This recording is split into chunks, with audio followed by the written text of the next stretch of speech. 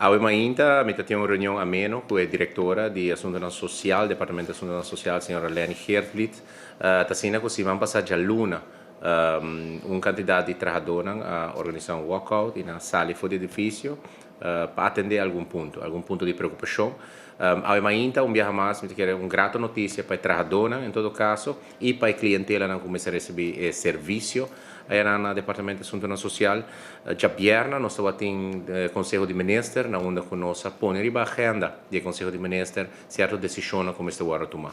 A base de decisões do Conselho de Ministros já vierna, me por informar a comunidade que entrante a seguinte 3 semanas aqui, oficina de San Nicolás, lo que da abrir back para por brindar serviço na clientela aqui na Aruba, de caso aqui parte para riba de Brug.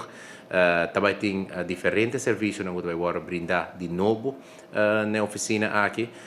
Anunciando isso aqui, mestre mencionar que é DOA, de caso aqui, aquela de fazer algum trabalho mas chiquito que falta para o edifício para abrir.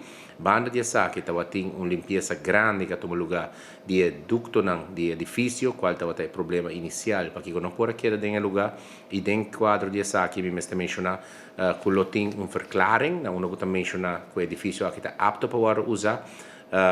Em caso de edifício na San Nicolás. Banda de essa aqui, outro motivo para que eu estava tendo walkout semana passada. Tata aspecto di air conditioning aqui na Lagoon, banda de Lagoon. E essa aqui também guardo decidi do Conselho de Ministros, onde a uma aprovação para a renovação completa de 6 units que tem aqui na praia. Me quero dizer que é uma boa notícia, por motivo que durante a reunião que estão a organizar o walkout, estão a vir para vociferar a preocupação, dona luna di tempo, junto com Topa, a organização de empregado no público, mas também dona luna di tempo que nós lo contesta e dona contesta na fijo e perspectiva também, para o qual trata serviço, e semana depois nós podemos informar a comunidade que o serviço aqui lo dia mais está abrindo e a la vez que nós está chegando pouco a pouco uma solução para o qual trata edifício aqui na praia de Social Zac.